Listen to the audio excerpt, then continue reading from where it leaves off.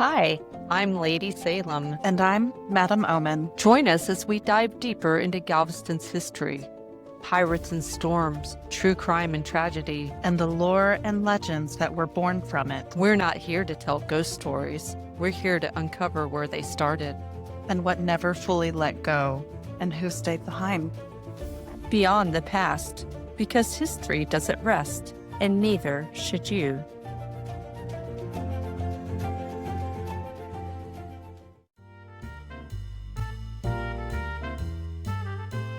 Hey listeners, last time on Beyond the Past, we dove into the years where the country went dry. Galveston, however, did what it always does. When survival is on the line, it adapted. Doors got quieter, signs got safer, front rooms quickly learned how to look innocent. We followed the system as it grew. What started out as scattered small operations evolved into an industry with rules. By the time the 30s rolled into the 40s, the free state of Galveston was no longer hiding behind a shelf. It was polishing the image.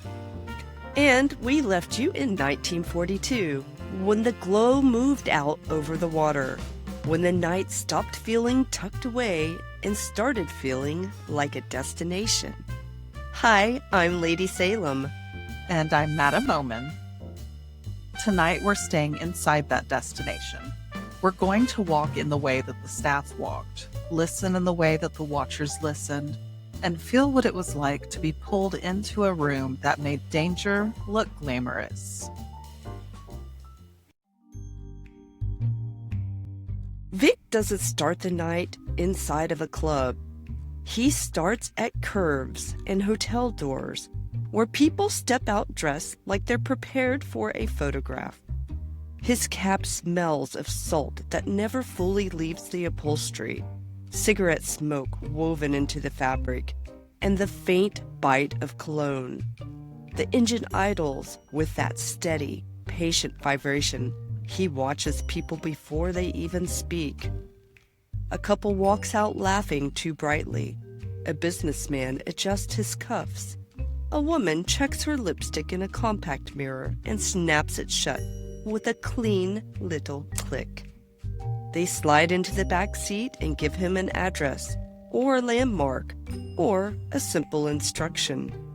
By 1942, Galveston has taught people a habit.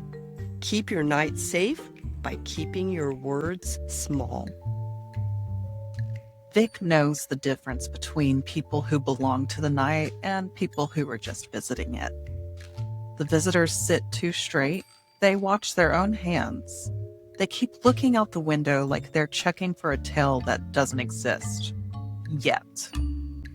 The regulars settle in like the city owes them comfort. They talk about dinner, about music, about the Gulf air. They pay in cash without counting too hard.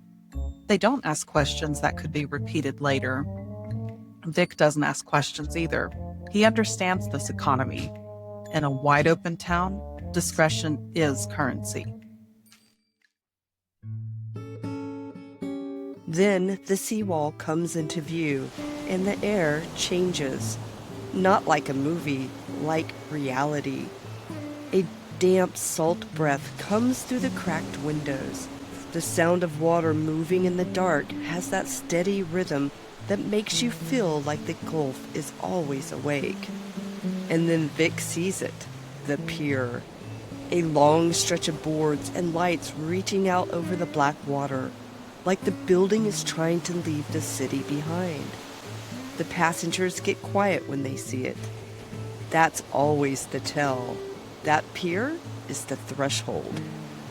The moment you step onto it, the shore behind you starts to feel far away, even though you could turn around and be back on land in just minutes.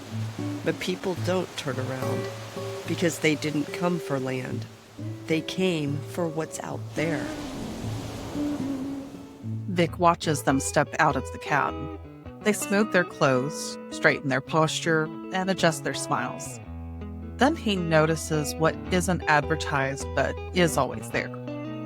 There's someone standing guard. Not in a uniform, not carrying a weapon, not bouncing drunks.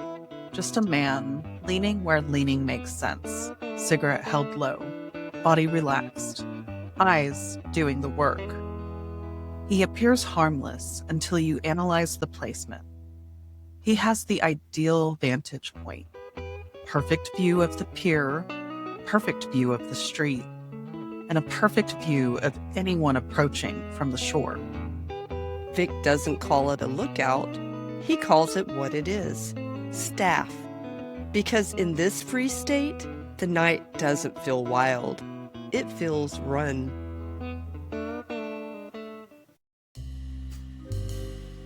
The pier's length becomes part of Balinese folklore because it buys precious seconds. Locals called it Rangers Run because if the Texas Rangers moved in, they still had to make the full run down that narrow stretch before reaching the far end. And the Balinese was designed with that reality in mind. Trapdoors, concealed compartments, and constructed features meant to make evidence vanish fast enough for the room to look innocent again. Now, Louis's job starts before anyone touches the door handle. He watches how a person walks the pier. Some people walk like they're arriving at a celebration, some as if they're arriving at a confession. And the dangerous ones walk like they're arriving to take inventory. Louis doesn't need a badge to know the difference. He reads posture like it's a language. The entrance light hits faces just enough to reveal them. That's by intention. The Balinese is not pretending to be invisible anymore. It's just pretending to be respectable. Inside the front room, the lighting flatters. It smooths the edges. It makes guilt look like glamour. Music fills the air, a band warming up, piano keys testing the room like they're clearing their throat. The low chatter of tables, the soft clink of glass and silverware, laughter that rises and falls like the room is breathing. It feels like a night out. It feels like a story you can tell later without getting into trouble. That's the mask.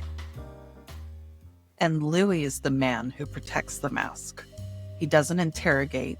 Instead, he welcomes. But he welcomes with a kind of precision.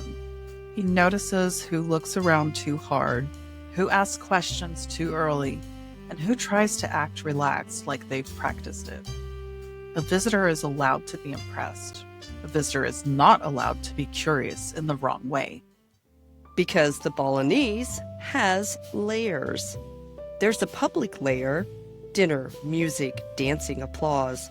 A beautiful room with the ocean wind threaded through it every time the door opens. Then there's the private layer.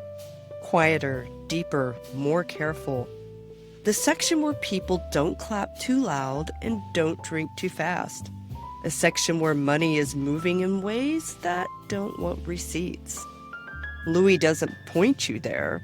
You drift there if you're permitted to drift. And permission feels like being guided without realizing that you're being guided. A waiter appears and redirects a conversation. A hostess suggests a better table. A friendly staff member offers fresh air on the balcony. And that's how this place stays glamorous. You see, glamour cannot coexist with a mess. Messes create witnesses, and witnesses create headlines. So the staff doesn't just serve food, they serve control. The Balinese Room is widely remembered for drawing major entertainers during its peak years, with commonly repeated lists, including names like Frank Sinatra, Peggy Lee, Duke Ellington, Bob Hope, and other top acts of the era. Those names mattered because celebrity changed the story people could tell about the place.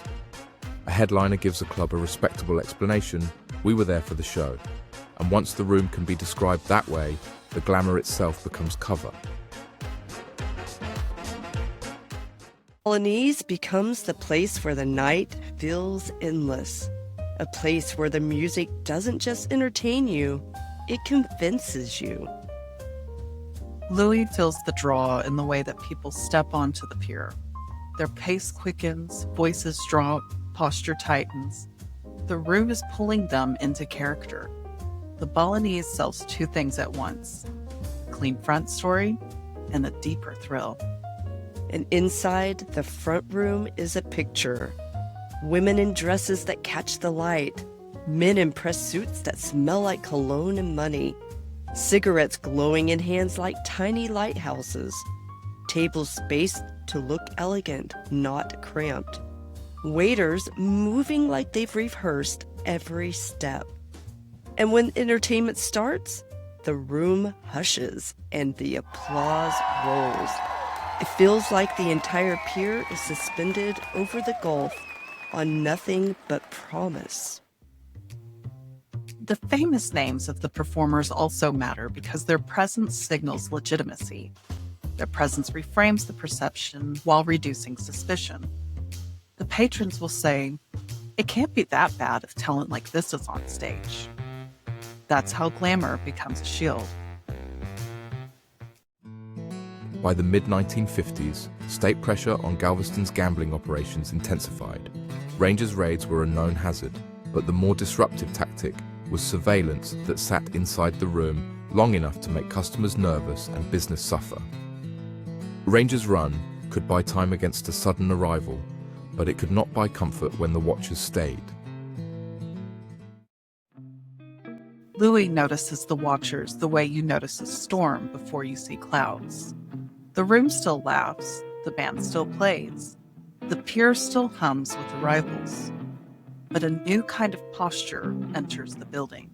A man who watches exits more than performers, and who sits too long without loosening.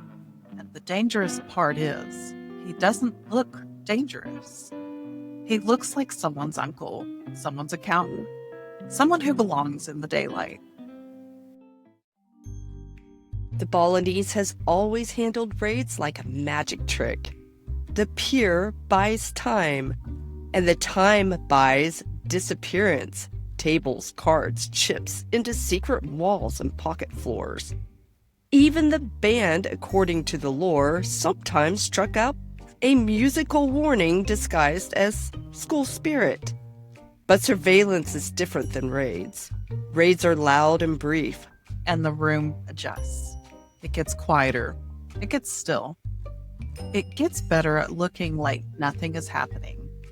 The Balinese doesn't survive by fighting.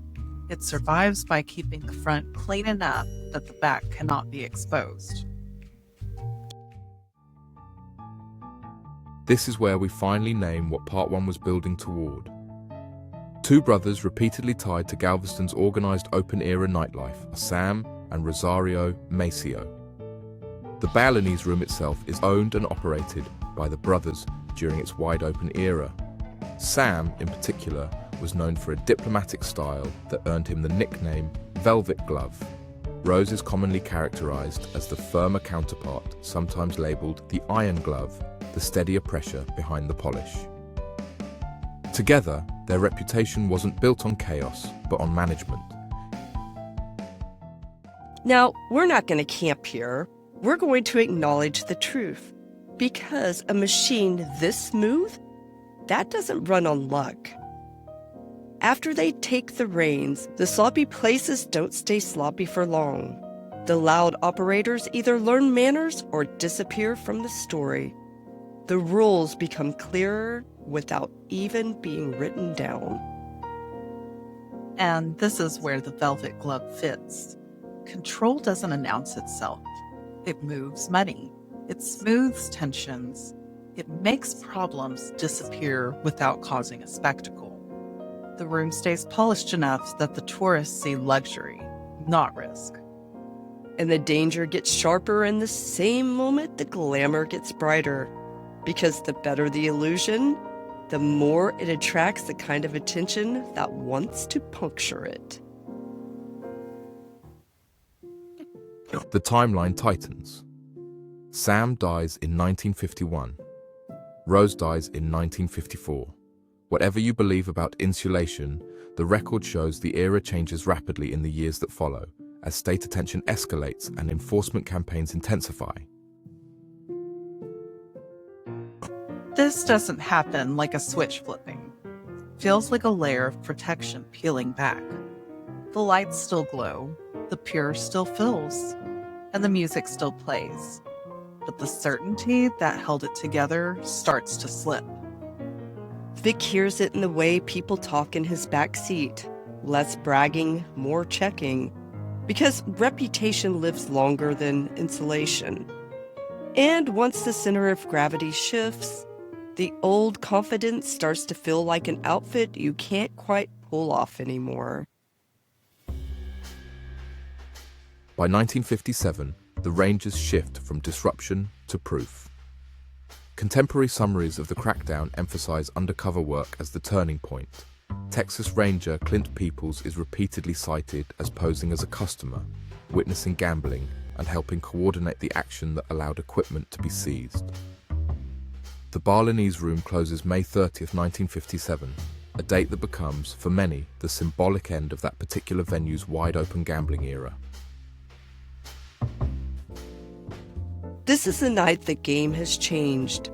Louis feels it before he sees it. The room is full. Because full feels like safety. The band is steady, because steady keeps panic from spreading. The waiters keep smiling, because smiles are camouflage. And then the wrong kind of calm enters. Not tourist calm, law calm. The undercover work shifts the equation. You can't erase what has already been witnessed. When proof is inside, the Rangers' run fails. Louis sees a face that doesn't belong to the night. A man who doesn't look impressed by the room, who doesn't look tempted, and who watches people the way you watch a clock. The kind of watcher who isn't here to escape. He's here for evidence. And the room does something terrifying. It stays professional. Politeness has always been its weapon. The band keeps playing. The laughter thins, but holds. The staff moves faster now, swiftly and cautiously. Vic is outside, down on the seaside, waiting in his cab for passengers who might never come out happy again. He watches the pier like it's a fuse, a long, lit fuse stretching out over the water. And he realizes the pier works both ways. It buys you time, but it also traps you in a moment you cannot outrun. Inside, Louis watches the room hold its breath. Rangers enter and secure the exits, collecting cards and chips, seizing books and records. Activity stops. This is not a raid. This is not chaos. It's a decision, a quiet seizure. The moment they realized that politeness would no longer protect them. The 1957 closure ends the Balinese Room's gambling operation, but it does not erase the identity Galveston built in those decades. The venue itself lingered in memory and in wood built on a pier, weathered by salt air and time until Hurricane Ike destroyed the structure in September 2008, after which it was removed from the National Register listing. What survives now is not the building, but the outline it left in the island's storytelling. A location people still point toward on the seawall, and a chapter the city still argues with how glamour, danger and survival braided together until the state finally decided the bargain was over. Here's the part that nobody puts on a postcard. The party doesn't end for everyone the same way. Some people drive back to Houston and tell a fun story with the sharp parts removed. Some people go back to their regular lives and let the island become a rumor. But the people who worked in it, they wake up the next morning and the island feels different. Not quiet like peaceful, quiet like after a storm. Galveston's wide open era wasn't just a party, it was an economy. Money changed hands, rooms turned profit, people survived on what flowed through the night. And when the machine like that breaks, it doesn't just vanish, it leaves pieces behind. Vic keeps driving. And his cab is full of a new kind of passenger now. People who look out the window too long, who don't laugh the same, who ask fewer questions because they don't want an answer. He drives past the seawall and the Gulf is still out there, still moving like it always has, indifferent and unimpressed. Louis doesn't stand at the door anymore, but sometimes in his mind, he's still on that pier, watching the lights, feeling the pull, and hearing the music.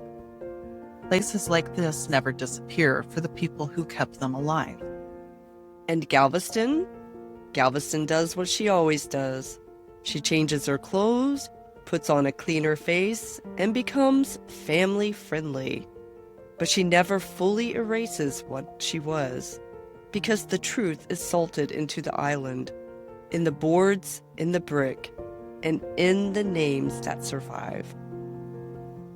So, if you've ever driven by and felt the strange curiosity, that sense that this place has lived for more than what it reveals, you're not imagining it. You're hearing the echo of a time when Galveston survived between what was allowed and being caught. For a while, she did make it beautiful.